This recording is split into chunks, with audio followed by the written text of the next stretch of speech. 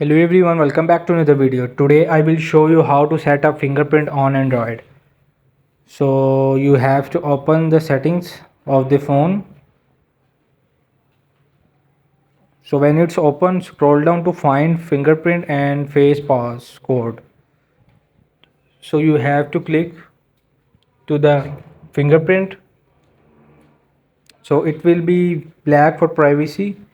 So you can see add a fingerprint.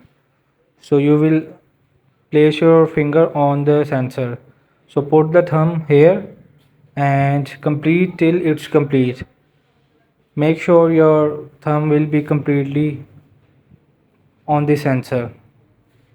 You see on the white blink button, there you will be put the thumb here and till the thumb. So this is how to add fingerprint on Android. Hope this video helped you. Please don't forget to like and subscribe and get notified for more videos.